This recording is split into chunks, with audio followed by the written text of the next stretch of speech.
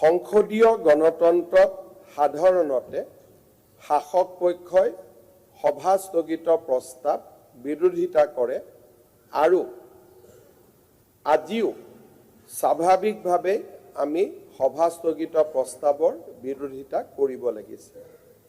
কিন্তু আমি কোনেও এই প্ৰস্তাৱৰ বিৰোধিতা নকৰি তাক পূৰ্ণ সমৰ্থন আগবঢ়াইছিলোঁ এই কাৰণে যে জুবিন গাৰ্গৰ মৃত্যু, জুবিন গাৰ্গৰ হত্যা অসমৰ বাবে এটা অপূৰণীয় ক্ষতি আৰু এই ক্ষতিক হয়তো আমাৰ প্ৰজন্মই কেতিয়াও পূৰণ কৰিব নোৱাৰে।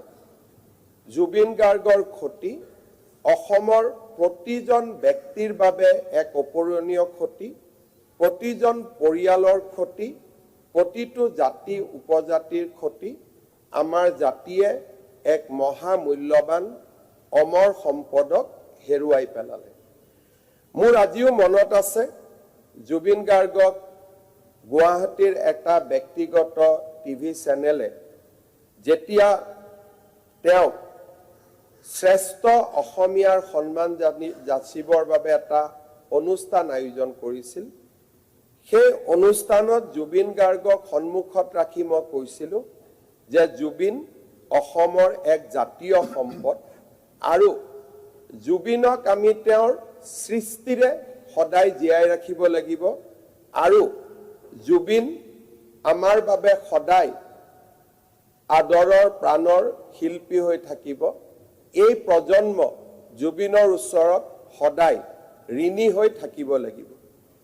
এই বক্তব্য জুবিনৰ মৃত্যুৰ পিছত মই দিয়া নাছিলোঁ।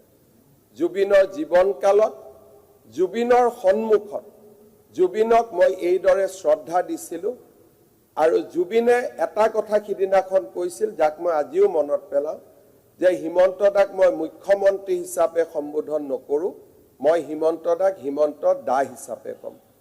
গতিকে ব্যক্তিগত আৰু মুখ্যমন্ত্ৰী হিচাপে আমাৰ সকলোৰে আবেগ জুবিনৰ লগত সমাহিত হৈ আছে আৰু সেইকাৰণে আমি জুবিনৰ হত্যা আৰু মৃত্যুৰ পলিটিক্স নকৰিবা গানটো আপোনাৰ আৰু সৰ্বানন্দ সোণোৱালৰ কাৰণে গাইছিলে Akhil Gogoi. Akhil Gogoi please sit down. মই ৰিপ্লাইটো শুনো প্লিজ। অখিল গগৈ কিবা থাকিলে মানে পিছত আপুনি ক'ব, মই টাইম দিম 1 মিনিট। অধ্যক্ষ মহোদয়, মই যিমান দূৰ জানো পলিটিক্স নকৰিবা গানটো অখিল গগৈৰ কাৰণে গাইছিলে, মই যিমান দূৰ জানো।